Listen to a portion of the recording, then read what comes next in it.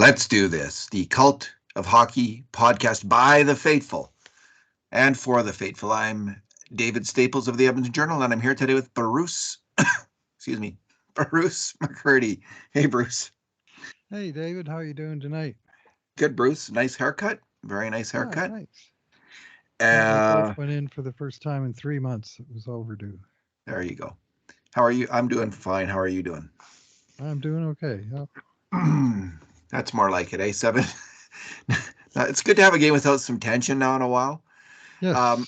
um, there was, of course, you never know in the end. It seems like teams can come back against the Oilers, so that you never know. But hmm with the Oilers up 3-0 after a few minutes, and then 4-0 in the hmm first, early in the first, that had a fairly low stress factor for Oilers fans. A 7-2 victory over the Kraken of Seattle, and it's a big game. It's a 4-point game against a division rival, and the Oilers move ahead of the Kraken in the NHL standings.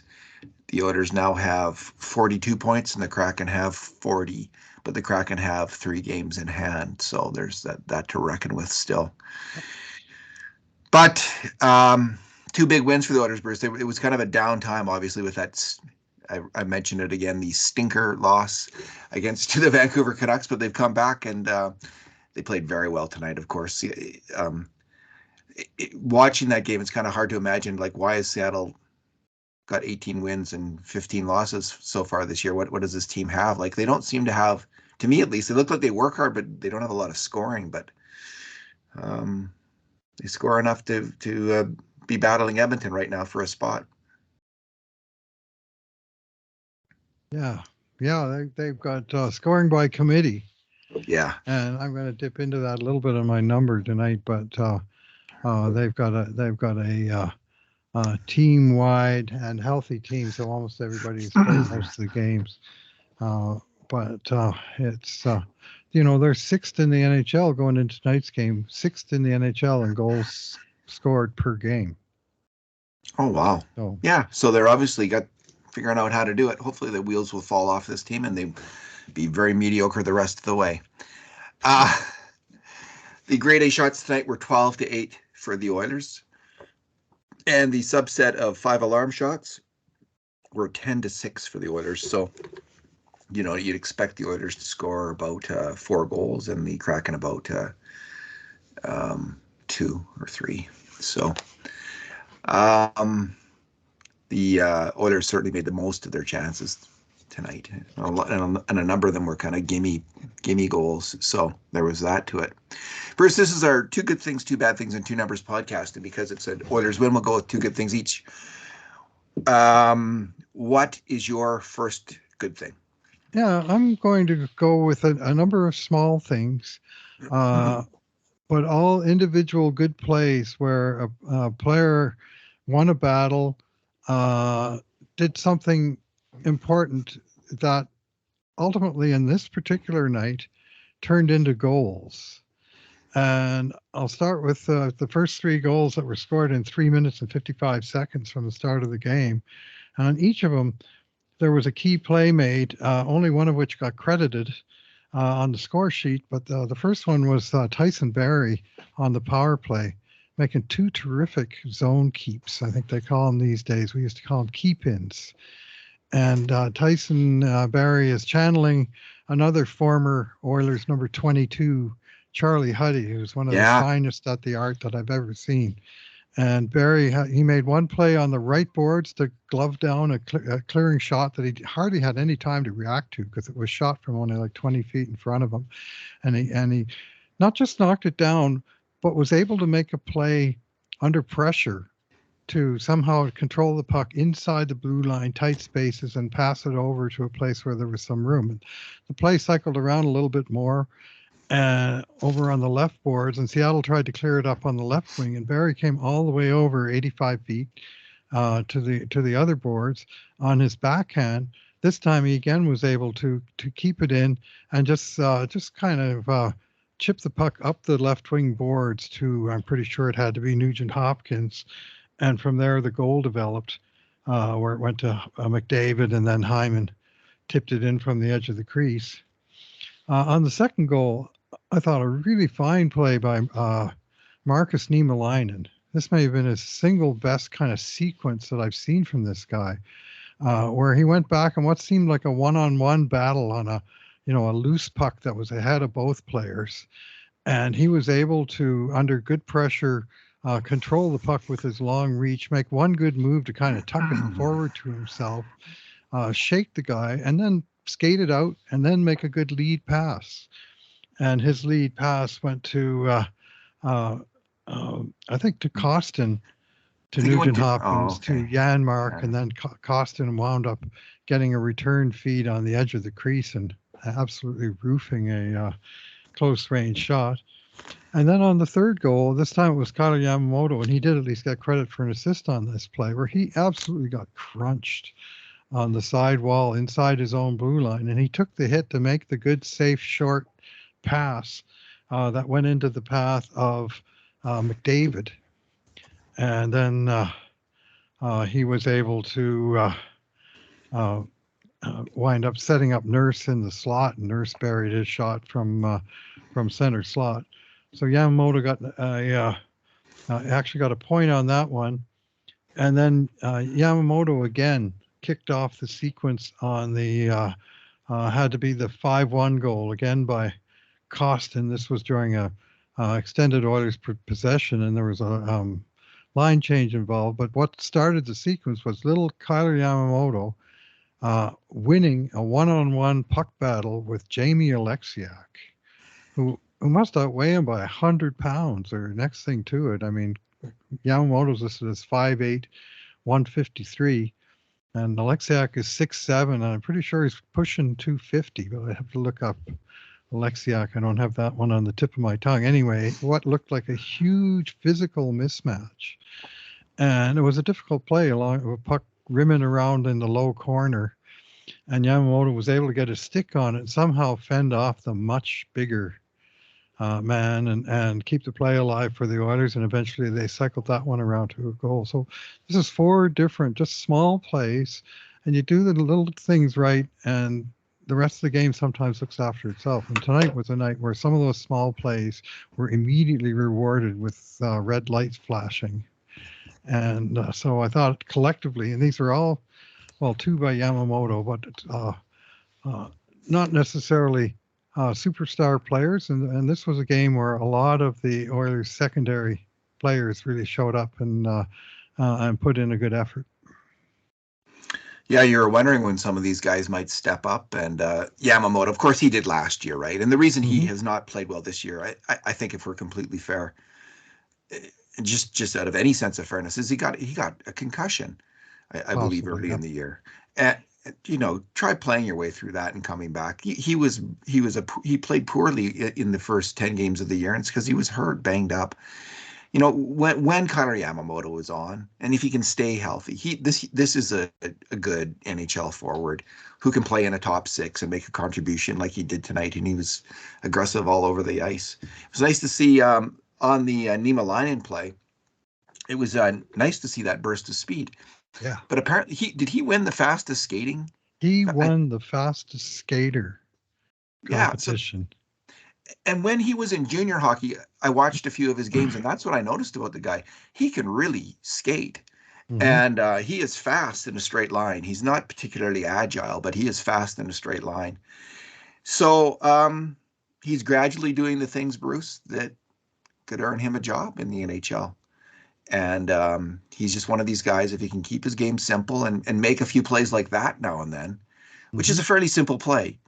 Stop the guy, win the puck, skate with the puck, have the confidence to skate with the puck when you have an open like that, then pass it, make a quick pass.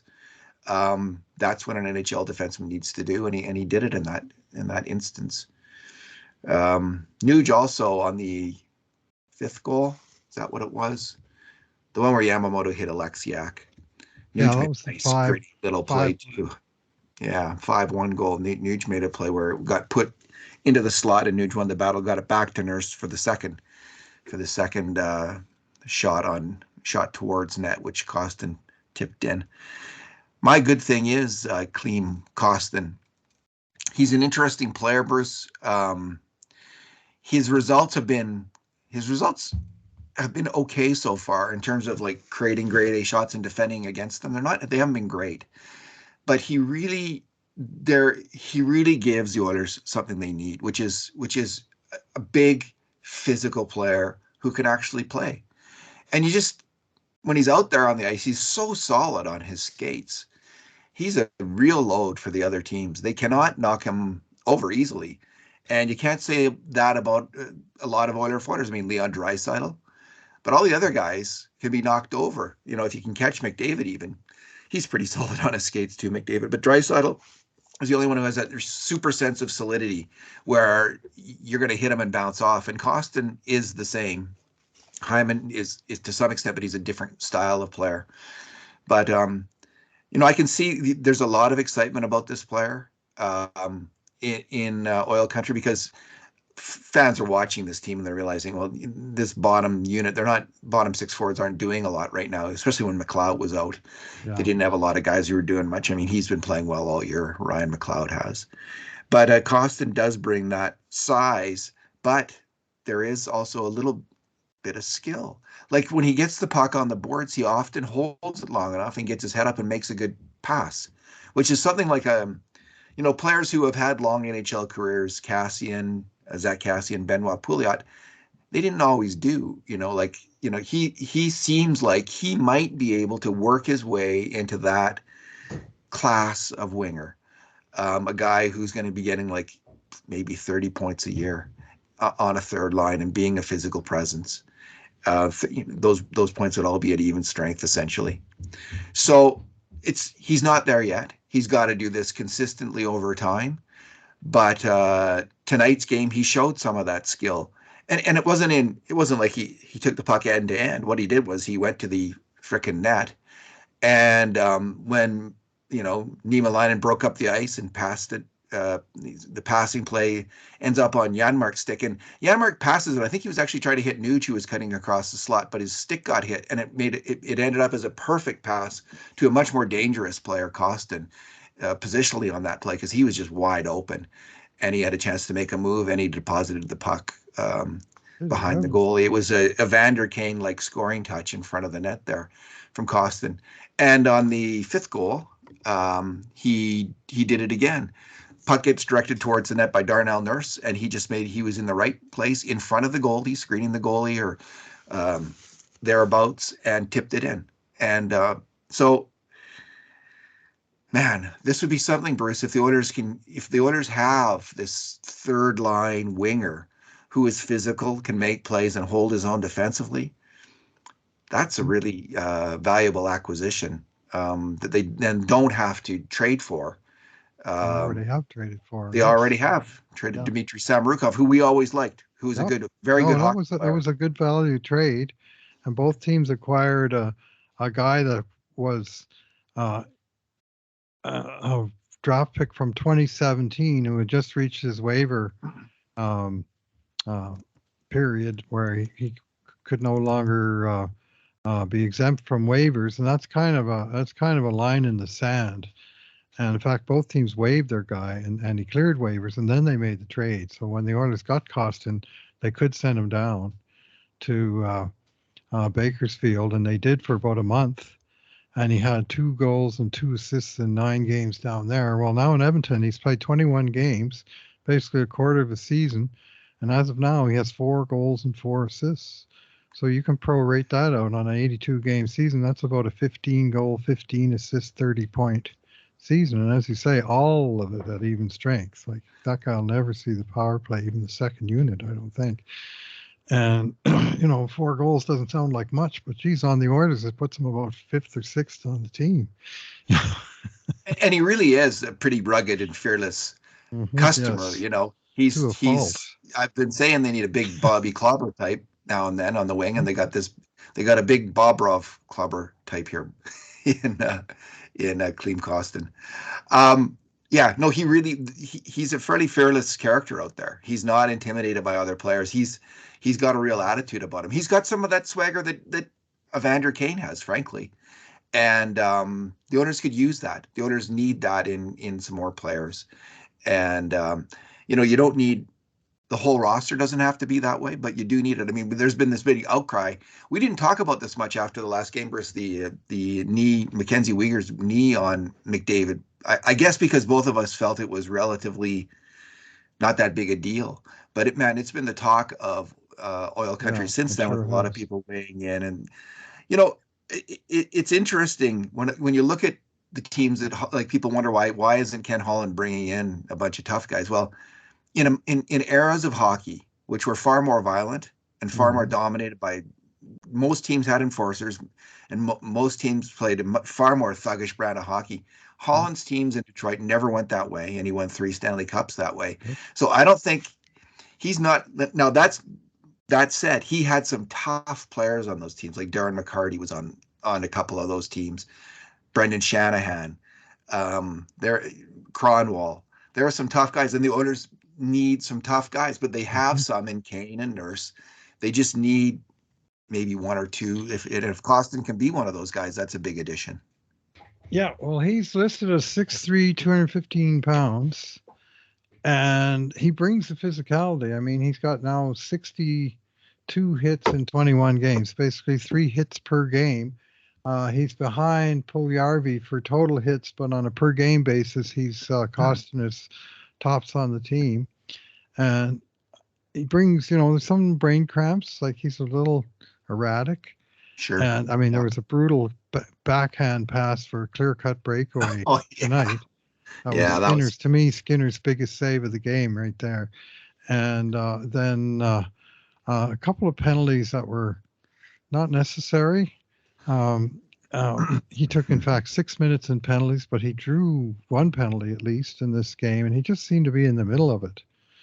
And a few good plays along the way, like a couple of good defensive plays, and one, I remember one pretty booming hit in the defensive zone that broke up a cycle, and lots more check marks in the positive column than the negative, but some in both. But I have no complaints about this guy. Like he's proving to be a bit of a find. Bruce, what's your second good thing? Yeah, I got to go with the play of Darnell Nurse tonight. I thought he was terrific in this game right from the start, and he was skating like a dream. He was all over the ice, heavily involved in offensive chances. He scored a goal by jumping into the rush and unleashing a really good shot inside the post. That was the 3-0 goal that turned out to be the game winner. He jumped into another rush late in the first period and uh, took a pass and was stopped by a good stop by Martin Jones. It was his outside shot that was tipped into the net by Costin on the 5-1. He had another good play where he fed, I can't remember which Oiler, Yanmark. at the edge of the crease Matthias for a Yanmark. really good chance. Yeah, it would be in our document because that was a grade A shot for sure. Yeah. And I liked his defensive play for the most part. I think he got beat on one or two plays, but I just thought his line, goal and assist, 2 points plus 4, a penalty, um, 23 minutes 40 seconds, and 4 shots and 6 shot attempts, 2 hits, and basically all of those led the Oilers defense. In every one of those stats, and he was the leader of the Oilers defense tonight in no uncertain terms. That Sure. was a very, very strong game from a guy the Oilers need better play from. Well, he delivered some of that better play tonight. Well, for some time now, Bruce, the last few years, I've been saying he has been, statistically at least, if you just go by key stats, he's been one of the top 10 NHL defensemen for the last three, in that group for the last 3 or 4 years. Mm-hmm. And this is, points per 60, time on ice at various points in the game. Those are the key indicators that I've been looking at. And, he's been up and down this year. He's been really inconsistent. But this was the good Darnell. And I don't know, Yep. I don't know I don't know if my theory is correct, but what I started to notice in the slump was when he was getting lots of ice time, he developed bad habits of conserving energy.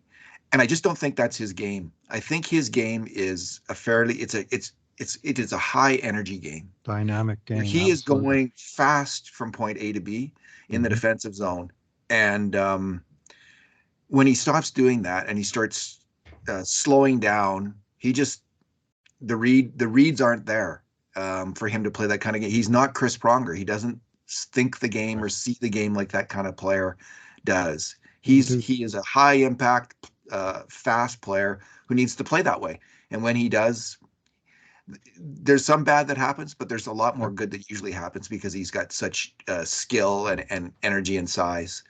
And that's what we saw tonight. I agree with you. I thought he was, it was I'd either give him an 8 or a 9 in that game. Yeah, Thought he was, great to outstanding. close to dominant. The one player I would Very be nice to see. giving a 9 to is my next good thing is Connor McDavid. Um, a 5 point night. I mean, this is the kind of night where we would often not even mention him, right, and as a good thing because it's just so expected his dominance. But he really was fantastic again. I mean, right from the start, he sets up. He takes Nuge's cross ice pass, which was a fantastic pass, and then McDavid, though, he's got the wherewithal to find Zach Hyman down low. Not through a huge thicket of players, but quickly, right on his stick, bam, in the net. The next time we see him, he's charging up the ice, with the puck and setting up Darnell Nurse in the slot it's an odd man rush. And, again, we just take McDavid's speed for granted on a play like that, but it's his speed that makes the play. Just exploding up the ice with the puck. A short time later, he's in the corner. Hyman wins it, and bam, McDavid puts it backhand pass right into the slot, right onto Jesse Puljujarvi's stick for a goal. Jesse Puljujarvi, by the way, did a fantastic job finishing that. For once, he just didn't flail away at the puck. Mm-hmm. He actually made his shot. He looked for his shot, and he made his shot. So that was great to see for Jesse Puljujarvi, who's been struggling with confidence, and that's the kind of goal I think where you actually make a difficult shot, execute a difficult shot that Yep. can make a difference for a player. But it's set up by Connor McDavid. The Five game's going shots along on net for Yessa tonight, most on the team, by the way. His confidence is really, nice. really starting to come. I think he's been good for maybe two weeks, where he's basically been good in every game. And tonight was a continuation of that trend. Next, we see McDavid. I think it's 5-1. So this is not such a crucial goal to the team, but it was still nice to get the 6-1 goal because it really sinks. It really does sink the Kraken then. And again, he picks the puck up and wheels in and fires. I thought it was his shot that went directly in, but it goes in off Hyman, and it was just a fantastic shot pass in off Zach Hyman. McDavid doing what he does, and then Hyman doing what he does, Hyman doing what he crowding, basically does. giving McDavid a 2 foot wide post to bounce his shot in off of. That's what he did.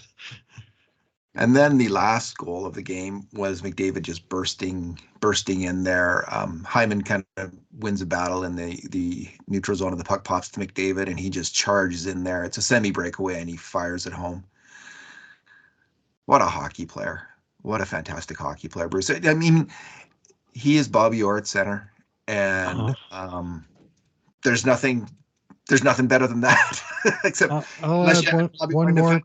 one more play. It didn't result in a goal, but merely in a great save by Martin Jones, where McDavid on the penalty kill was just hovering around the puck, and 1, 2, 3 times he lifted the guy's stick, and the third time he was on the puck, and he chipped it out. And of course, he's going to win that race 10 days out of 10.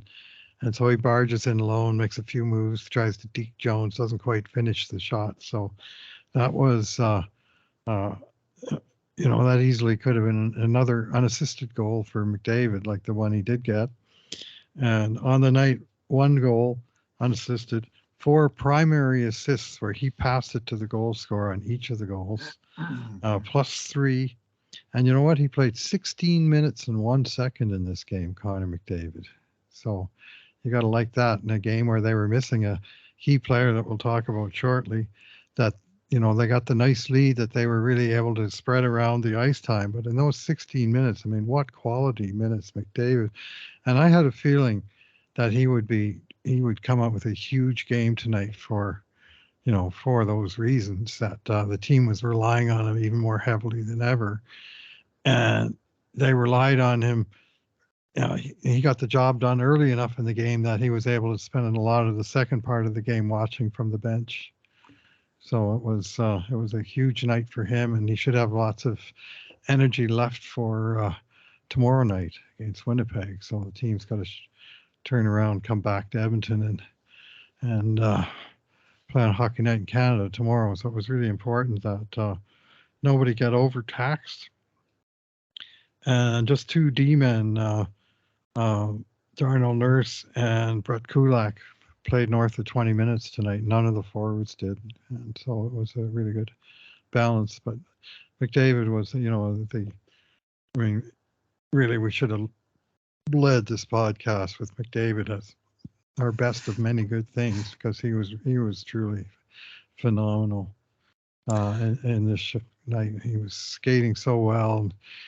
He was a danger on seemed like every shift, and that danger turned into actual goals several times, 5 times. What's your bad thing, Bruce? Yeah, I'm going to be a little bit mean to Evan Bouchard tonight and say I just didn't like his game. And I didn't like his game at the defensive end. And what I didn't see was, I mean, normally you're prepared to pay a little bit of a defensive price for a guy that's strong at moving the puck and, drives offense a little bit. But by our count, I mean, officially he had 0 shots on net. By our count, he was involved in 0 grade A chances for the Oilers and 4 by the Kraken, including both of their goals. Now, we're having a little bit of a discussion of whether one of those goals was a grade B or grade A. To me, it was a 2-on-1, and Skinner was respecting the pass a little bit, and the guy put it in the short side and from the circle. But that was a turnover by Bouchard in center ice. And to be fair, 3 forwards that were cheating on the wrong side of the puck, and that's why it turned into a 2-on-1. And then on the second Seattle goal, he was, just had the wrong lane to block an outside shot that resulted in a deflection and then a rebound that was tapped home. And there was a couple plays where I just thought he, threw snow a little bit, just, had a chance to battle for a puck and just really didn't take up the battle. And he just seems to have, he's going through a real tough time this last few weeks, really. And he's so far from his A game. And I mean, we know that he's got the potential to be a really fabulous player, but he's a long way from that right now. And I don't think he was among the few to me who among the Oilers, who didn't make a real positive impression tonight, but he really didn't. Yeah, he reminded me of Justin Schultz in his rough times in Edmonton in that game. Like, honestly, that's what it reminded me quite a bit of. Does, I have to say. Yeah, when Evan Bouchard's bad, it's like Justin Schultz was bad when he was on the Oilers, and it wasn't one of his best games. And he's just got to, he's never going to be that's hard-hitting defensive defenseman. No. But he has to be a solid positional, smart defensive defenseman. Like, his model shouldn't be Scott Stevens. It should be Nicklas Lidstrom, who didn't hit. He didn't hit. He just won battles. He was always in position, always smart, always good with his stick. That's who he's got to try to model his game on. Like, watch lots of videotape of the way that guy played the game with his head reading the play. Evan Bouchard, he's not that good. He's not going to be that player, but he's that style of player. Might be Lidstrom's teammate Larry Murphy. That's the guy that I've long compared Bouch to Murphy. And because Murphy was not a gift, like Lidstrom was such a gifted skater that it's not really a fair comparison. But Murphy was no twinkle toes on skates, and then Bouch, he can get it going when he's on his game. he's a smart skater and he finds the open ice and he makes the first step in the right direction. But lately, he just seems just kind of a little bit lost out there in terms of what do I do now? And that those little delays and hesitations often result in small problems, but sometimes big problems. And so he's fighting it. And anyway, he's my choice tonight. How about yours? Yeah, I would just overall Bouchard has had a good year moving the puck. Like he's taken a step up in moving the puck, I think, and he's passing it well. His defense though is often missing. I didn't really ever see another player who I would single out as a bad thing in this game, but obviously the other bad thing was the absence of Leon Draisaitl. He's such a key player to the team, and we're not exactly sure what the injury is. He got slammed into the secret. Yeah, Steve, and it will remain so. They tell us, but they'd have to shred us. Bruce, he got slammed into the open bench gate by Elias Lindholm. He sure did. Late in the game against Calgary. Could be something related to that. So it's a tough loss for the Oilers if he's out any length of time, especially. He wasn't out for the end of game scenario in Calgary when the Flames hit the post. And normally Draisaitl will be out in the 60th minute of any game that's close. Yeah, right? He would. Leading, trailing tide. He's going to be out there, but he wasn't. And that Lindholm nastiness came just a little bit before that. It was like 3 or 4 minutes left. And Kelly Rudy was saying, well, they let Zach Hyman get away with holding a guy's stick for a millisecond at the puck battle at the blue line. And they let Lindholm get away with gooning Draisaitl into the bench. So let's call it even. Because the refs are just obviously letting them play. Well, they let Elias Lindholm injure a star player. I'm not happy. Not happy. And I'm not happy with the treatment Edmonton players get in Calgary, especially, where both McDavid and Draisaitl took nasty shots in that game. And anyway, he's out for now, and they're saying he's probably going to miss tomorrow night. My thought was he probably didn't even fly out there, although it was Derek Van Diest today, our post-media colleague, tweeted that something along the lines of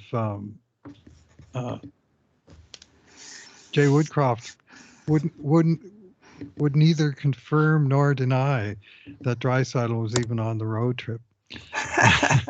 Which is, I mean, that's old media talk that from the Cold War, either, the Kremlin would neither confirm nor deny that. And TASS news agency would, anyway. And my guess is that he was never on the flight. And he wasn't there. And I'm still not saying he won't even play tomorrow night. I'm thinking that they might have said, okay, Leon, you're banged up a bit. Take the couple days. It's a 1-game flight for us. So, I mean, even though they played 2 road games in a row, it was like 2 1-game road trips. They went to Calgary and came straight home for the skills competition, other stuff. And then they flew to Seattle. And maybe they just said, don't take this day and then see how you're doing tomorrow. And I would say maybe not impossible that he plays tomorrow, but the scuttlebutt was he would miss tonight and tomorrow night. But the scuttlebutt was coming from people that probably aren't inside of Jay Woodcroft's head, so they probably don't know exactly what the situation is. So there's hope. My hope was that with Draisaitl out, the rest of the team would raise their games, and to a very large degree they did, starting with number 97, who saw, this was a game the team needed him more than ever, and he delivered, but a lot of the depth guys came up too, so it's good to see. I'll be reading on the internet that the Oilers don't really need Draisaitl. Clearly, they're a better team without him. He's been dragging them down. You won't read that. I bet you'll read it. You won't believe it, but you'll read it. McDavid, I think, is he's in very good position if he doesn't get hurt to win, obviously, the Hart Trophy for the most valuable player. But one thing that's cemented Draisaitl's hold in 2019-20 when he won it was McDavid went out and the Oilers did okay for a few 6 games. Few key. I think they split the games, maybe Yep. had one 3, loser 2, point and as 1. well. So that's what Right. cemented Draisaitl winning the trophy. I don't think if that hadn't happened, Draisaitl wouldn't have won the Hart Trophy that year because it's such a fickle thing. They're always going on these weird little narratives that deny Connor McDavid the trophy that he deserves every year. And so if the Oilers go on a little bit of a win here with Draisaitl, it won't hurt McDavid's chances, although he's just running away with the scoring title this year. So it's hard to imagine that he wouldn't win it this year. But there's other years when he should have won it and he didn't. He gained 5 points on Draisaitl tonight, of course. So Yes. his lead suddenly went from 10 to 15. And we're not even at the halfway point of the season. And he's got a 15-point lead in the scoring race. He's got the most goals, the most assists. So, and I agree with you that when McDavid went down in 2019-20, and the Oilers were kind of in a precarious spot for playoff position. And of course, they hadn't made the playoffs for 2 years before that. Mm-hmm. And they played 6 games without McD, and Draisaitl was the first star in all 3 games that Edmonton won. And basically, they just went 3-2-1 and held their position. But 7 points with McDavid sidelined. No sign of a slump. And like I say, Draisaitl was the first star in all 3 of the wins, and I think he had 12 points in the 6 games, and none of them were cherry passes from McDavid. He just stepped up, Yeah. and I think he got a whole lot of eyeballs sort of going, holy smokes, this guy's for real at that exact time. McDavid's now 20 points up on third place Jason Robertson. And he is 31 points up on Mitch Marner. But Marner is, Bruce, averaging more than a point a game, so you never know. He might be the Hart Trophy winner this year. Brady right. Point's the hottest player in the league, according to the Tampa Bay announcing team. There you go. So you never know. Bruce, what's your number? Yeah, my number is more a concept than an actual number, but it's the distribution of scoring, and the extreme distribution of the Edmonton Oilers versus the very compact of the distribution of the Seattle Kraken, tonight's opponent.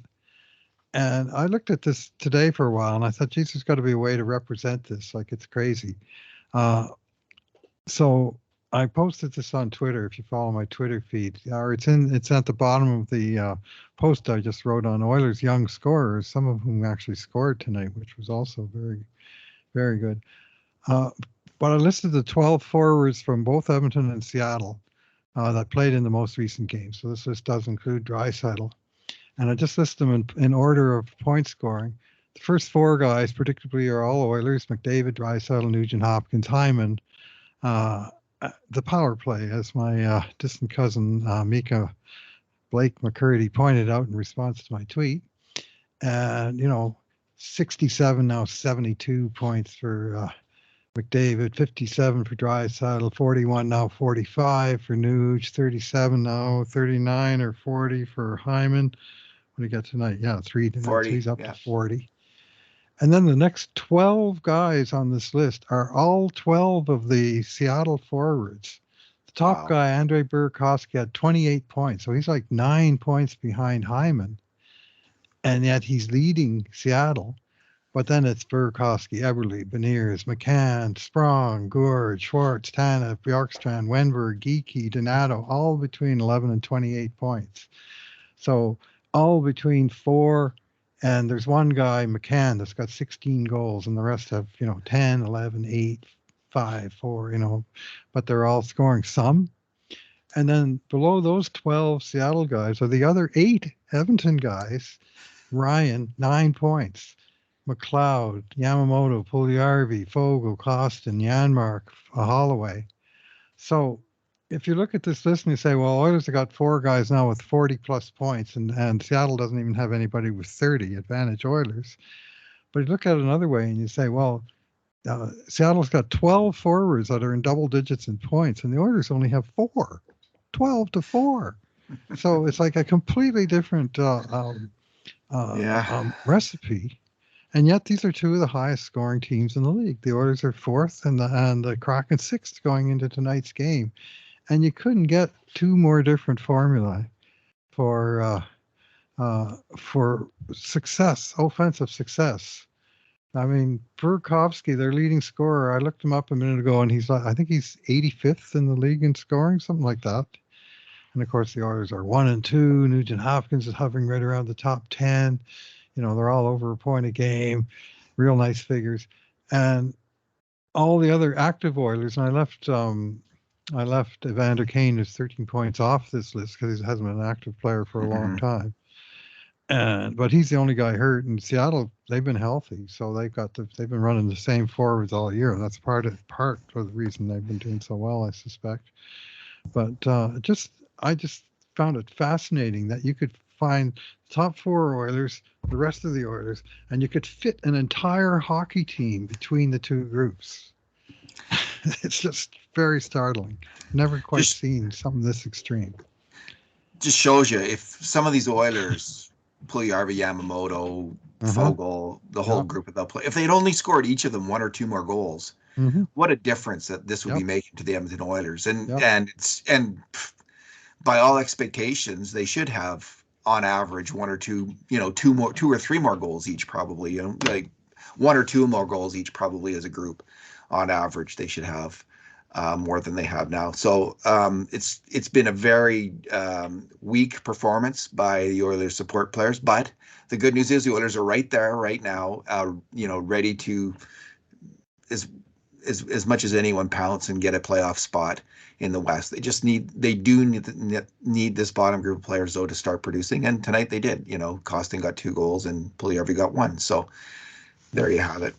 As Bruce, I wrote in my post today, I was writing specifically about the young players on the team and their failure to produce much offense. And many of them are clustered in the bottom of the list. Some are defensemen. I mean, Bouchard's production is way down. Niemelainen doesn't score at all. There's 10 skaters that the Oilers have deployed this year that are 24 and under, and none of them has scored more than 3 goals. And now I guess we've got Costin up to 4. So that's good. But I think finally we're starting to see some positive signs from Yamamoto, from Puljujarvi. Bouchard's still a work in progress. But I think, Costin, McLeod. And McLeod. And so there's light on the horizon that some of that support scoring might come. And the thing about young players is they do tend to do better in the second half of the season than the first. So hopefully that will be. But tonight, either they all read my column and thought, well, we have to be better, or else I just wrote it just in time to get the actual low trough of the wave that's now going to crest in the coming weeks and months. Well, I have heard on good authority that before every game, Jay Woodcroft reads the Cult of Hockey posts to the team in full. So there you have it. Bruce, my number. Sorry. My number is 45. That is the number of points that Ryan Nugent-Hopkins has this year. 45 points in 37 games. And he is now tied for 8th in NHL scoring. 8th. He's worked his way into the top 10 on tonight's game. He's tied with Mikko Rantanen and Kirill Kaprizov at 45 points. And they're just ahead of Sidney Crosby. Superstars. He's just ahead of Sidney Crosby, who has 43. Ryan Nugent-Hopkins is playing like a star player. He's never before in his entire NHL career driven a line, Bruce, and he is doing it now. He is the man when he's on the ice, and he's putting in dominant shifts. It's great to see. It is great to see. It's what I'm repeating myself here because I've said this in a previous podcast, but I've been waiting for years to see this because I always thought it was possible with his skill level that he would play this way. He just needed to win more battles. He needed to win more battles, especially defensively.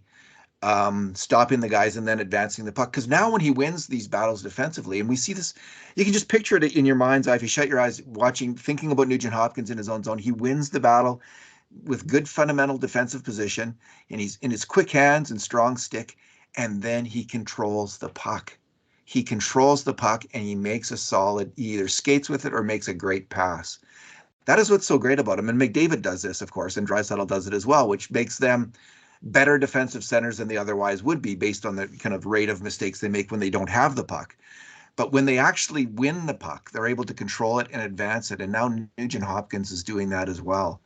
And it's transformed him in terms of being a player and in terms of his value for the Oilers. I mean, there's no more value. There's no more. Is there a more value player in the NHL this year than Ryan Nugent Hopkins? Like, he's on the list. He's in the top 5. That's for sure.